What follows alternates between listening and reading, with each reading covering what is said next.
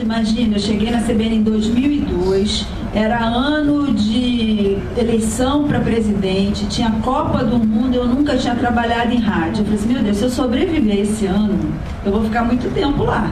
Porque eu tinha que... Primeiro assim, você vem de um veículo para o outro, eu vinha do jornal Globo, que tinha trabalhado na Veja antes disso. Aí o pessoal sempre tem aquela coisa de feudo, né? Ah, ela é de jornal, ela não entende rádio. Então eu tinha que vencer naturalmente uma resistência que havia por parte dos profissionais de rádio. E era um volume, era um veículo novo. Então acho que talvez esse tenha sido o grande ano, o ano de aprender muito, ouvir muito. E é claro que é uma operação que é de rede, né? Então, em São Paulo, que é cabeça de rede, tem o Rio, tem Brasília, tem Belo Horizonte, cada um com as suas demandas. Então, às vezes, o dia eu fico que nem caixa de 30 horas de banco.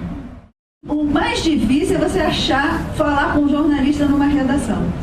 Então, a gente mas essa questão da ouvidoria é muito importante, porque vocês podem ter certeza, todos os e-mails, sejam eles críticos ou com sugestões, chegam às mãos da Marisa, que é multimídia mesmo, e ela cobra, remete para as devidas redações e tem funcionado. Eu acho que isso contribui cada vez mais para a própria credibilidade da emissora. E eu costumo brincar o seguinte, esse site é muito bom, principalmente para a diretora de jornalismo ver o que você não está fazendo. Porque ali tem tudo que você está fazendo, o problema é aquilo que você não está fazendo. Então o site, eu estou aprendendo muito a trabalhar no site. É fantástico você poder ouvir podcasts do Jabor, do Sardenberg, da Miriam. Para de fazer merchan. Isso criou uma nova forma de relacionamento entre o ouvinte e a rádio. Porque a internet você tem que escrever e ainda fazer o upload. Então, não tem nada mais rápido que rádio. Você o repórter com o celular está fazendo rádio em tempo real. Essa simplicidade do rádio que é tão fascinante. É claro que você pode também fazer a velha Gillette Press, né, que é da minha geração, que era você antigamente pegava ali o que estava no jornal, olha que coisa antiga. Hoje em dia você pega e lê os sites e você vê claramente isso. Essa semana, inclusive, a ouvidoria recebeu uma reclamação, na verdade é um amigo meu que hoje em dia trabalha num site e reclamou de uma afiliada que tinha copiado e colado alguma coisa que estava lá escrito igualzinho, sem dar o crédito. Aí eu passei para a afiliada, que aí trocou e botou o crédito. É claro que cada vez mais a instantaneidade também faz isso. As pessoas, a informação é uma espécie de commodity, né? Você troca, coloca, bota a sua opinião em cima. Agora, nada substitui a instantaneidade do rádio quando você tem um repórter ali numa ocupação ou numa marcha, ele está ali no ar contando são os olhos e ouvidos avançados das pessoas. Pode dizer para eles que é bom. Tudo de jornalismo é bom, quase tudo. Hoje em dia é o seguinte, sai uma denúncia, as pessoas querem que aquilo seja explicado. Se não é explicado, as providências, vem um clamor popular. Eu acho que é a sociedade brasileira que não tem mais estômago para aturar um monte de malfeitos. É claro que os programas têm um espelho. Então, por exemplo, um CBN Brasília, que é mais, que vocês conhecem melhor, né? Então você já sabe que você vai abrir fazendo um giro com os repórteres. Você tem entrevistas que estão marcadas, a produção é fundamental nisso. Maria Ronda, que aqui está, produtora fiel escudeira do Estevam. Você tem espaço onde vai entrar o comercial, você sabe que a tal hora você vai fazer uma rodada dos repórteres. Os repórteres gravam teasers das entrevistas deles, então você depois joga no ar o que está gravado, o que já foi fechado, que ainda está valendo, que ainda tem atualidade aquilo, então você pode eventualmente usar matérias do dia anterior, ou não, vai depender se elas já caíram porque estão velhas. Vai ter o repórter que está na rua, tem o repórter que apurou alguma coisa por telefone e vai entrar do estúdio mesmo, que é uma apuração mais curta. Você chama o entrevistado. É claro que às vezes cai a entrevista e você fica meio desesperado, né?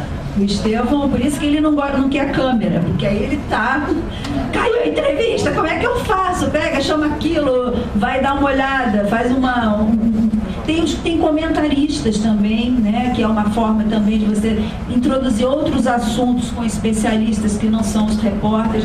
Então você vai enriquecendo aquela grade para que num espaço de tempo, que é aquela unidade do programa, você ofereça um leque de opções de informação, de entretenimento para ele. Mas é um milagre, é impressionante como não é errado. Mas vocês fazem live, né? Não imprime. Faz no iNews. Faz no iNews. Não, mas imprime. Não, mas imprime. Eu uma sempre montanha imprimo. de papel no Eu não confio em máquina. Eles eu querem sempre acabar com as imprimo. florestas. Se a máquina falhar, eu tenho que ter ali na mão.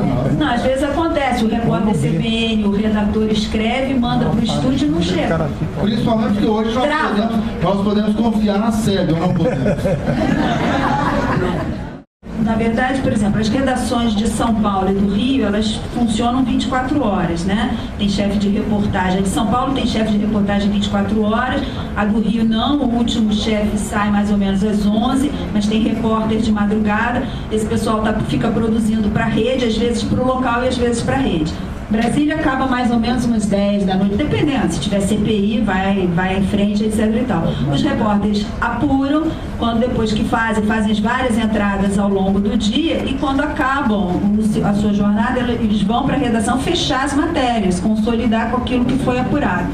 Isso tudo passa. São Paulo, que é a cabeça de rede, tem editores que selecionam e marcam o material. Olha, isso aqui vai estar valendo até 9 da manhã, isso até às 11.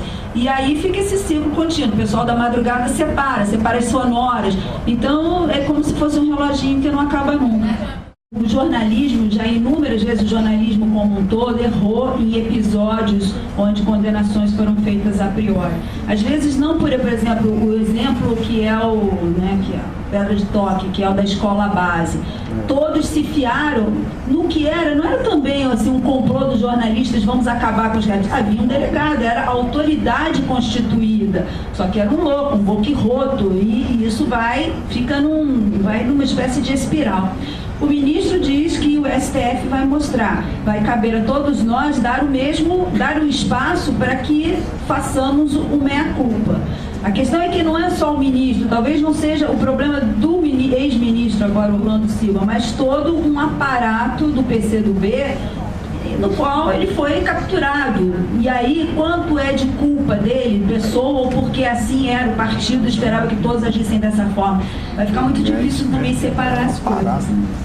Gente, vamos... Só para finalizar, dividir com vocês, talvez, uma das passagens mais ridículas que eu tive nos 18 anos de CBN, que foi num plantão acompanhar o Itamar Franco e a então namorada dele, Júnior Drummond, acho que vocês se lembram, no Parque Shopping, assistindo ao filme Perigo Real e Imediato. Eu e 20 jornalistas sentados 5 cadeiras atrás do casal, cheio de segurança do cinema, e nós descrevendo, nós estávamos anotando, fez carinho.